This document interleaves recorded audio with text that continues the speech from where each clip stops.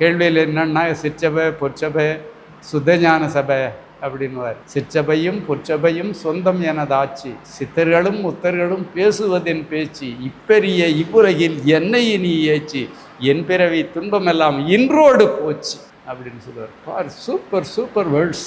இந்த வேர்ட்ஸ் அவரை தவிர வேறு யாராலையும் சிற்றபையும் பொற்சபையும் சொந்தம் எனதாச்சு. சிற்றபை தான் எல்லோருடைய திருவடிகள் என்று குறிப்பிட்டு விட்டோம். திருவடிகள் தான் இந்த பிரபஞ்சத்தை பார்க்கிறது. புறத்தில் புறச்சிற்சபை, ஆனால் அகச்சிற்சபை வேறு.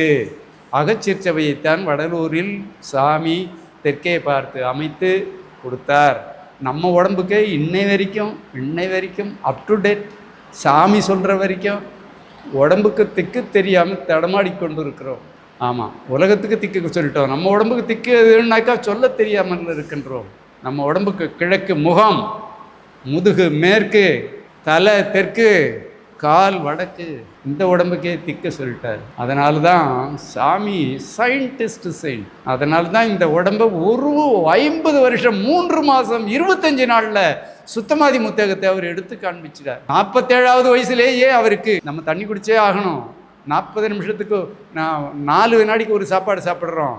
1 2 காற்று வெளியே போச்சு, 1 2 காற்று உள்ளே போச்சு, 4 வினாடிக்கு ஒரு சாப்பாடு சாப்பிட்டுக்கணும். இது கண்ணுக்கு தெரியாமல் எல்லா உயிரினமும் செய்து கொண்டிருக்கின்றோம். 40 நிமிஷத்துக்கு ஒரு சாப்பாடு சாப்பிட்றோம். தண்ணி 100 மில்லி தண்ணி குடிச்சே ஆகணும்.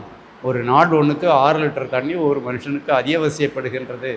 இது விஞ்ஞானம் சொல்லுகின்றது. இப்படி ஏற்பட்ட அந்த திரவ உணவை 20% முழுசாகவே நம்ம அனுபவிக்கல.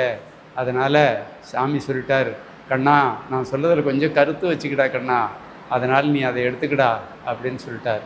இப்போது வெளிப்புற உம்மத்தி திருவடிகள் என்று அறிந்து விட்டோம். அதுவும் வெளிச்சிறு சபை, உள்ளே சிற்சபை, கண்ணாக்கு மூக்கு செவிஞான கூட்டத்து பண்ணாக்கின் நின்ற பழம்பொருள் ஒன்றுண்டு, அண்ணாக்கின் ஊடே அமைந்த வழிகாட்டி புண்ணாக்கி நம்மை பிழைப்பித்தவாறே எண்ணுவார்.